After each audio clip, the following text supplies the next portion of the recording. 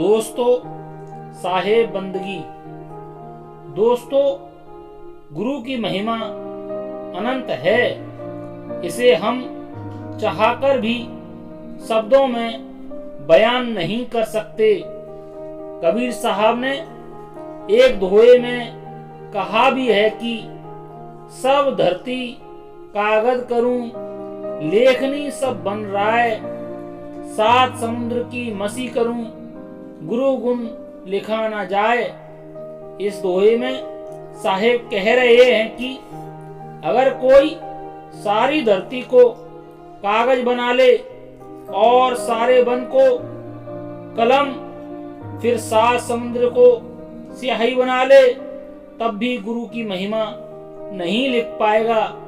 दोस्तों, गुरु कुम्हार की तरह होते हैं जो अपने शिष्यों के दुर्गुणों को निकालते हैं। कबीर साहिब ने कहा भी है कि गुरु कुम्हार शिष्य कुंभ हैं, गड़गड़ काटे खोट, अंदर हाथ सहार दे, बाहर मारे चोट। इसमें साहिब कह रहे हैं कि गुरु कुम्हार की तरह हैं और शिष्य घड़े की तरह। जिस तरह कुम्हार घड़े को भीतर से हाथ का सहारा देकर बाहर से चोट मारता है ताकि उसे सही रूप दे सके। अब हाथ का सहारा इसलिए है कि कहीं घड़ा टूट न जाए।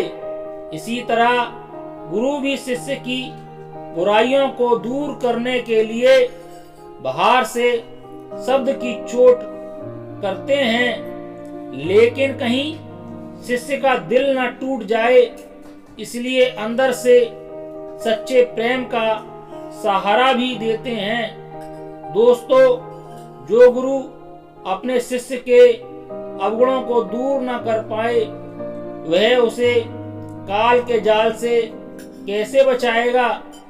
इसीलिए तो हमें ऐसे गुरु की तलाश कर उनकी शरण ग्रहण करनी चाहिए जो कुम्हार की तरह हों। जैसे एक कुम्हार माटी को जिस रूप में चाहे ढाल देता है, वैसे ही गुरु हमें कृपा करके अपने रूप में ढाल लेते हैं। अगर शिष्य गुरु की शरण जाने के बाद भी अपनी बुराइयों को छोड़ नहीं पा रहा है, तो हमें यह विचार करना होगा कि कहीं ना कहीं कुछ तो गड़बड़ है, क्योंकि गुरु तो वो पारस हैं जो उनके संपर्क में आएगा वह जरूर बदल जाएगा।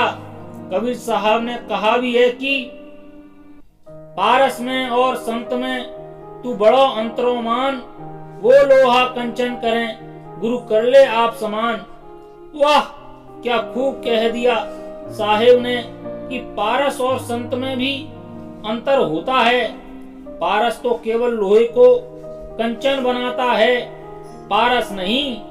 किंतु संत यानी कि गुरु तो शिष्य को अपनी तरह ही कर लेते हैं। सच्चा गुरु वही है जिसके संपर्क में जाने मात्र से हम बदलने लगते हैं, उसकी वृत्तियां हम में आने लग जाती हैं। माटी को अगर कुम्हार ना मिले तो फिर वह सुंदर रूप नहीं पा सकती।